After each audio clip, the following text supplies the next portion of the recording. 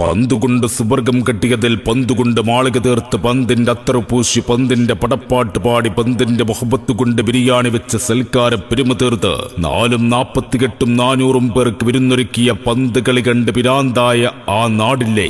ഇജ്ജും കജ്ജും പജ്ജും നെജ്ജും പറയുന്ന ഒരു നാട്.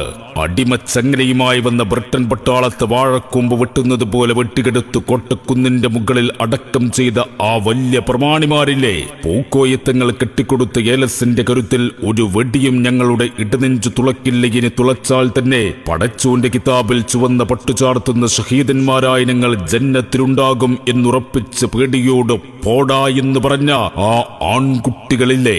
അതെ, മലപ്പുറത്തിന്റെ സുബർഗ ഭൂമികയിൽ നിന്നും അവർ വരുന്നു.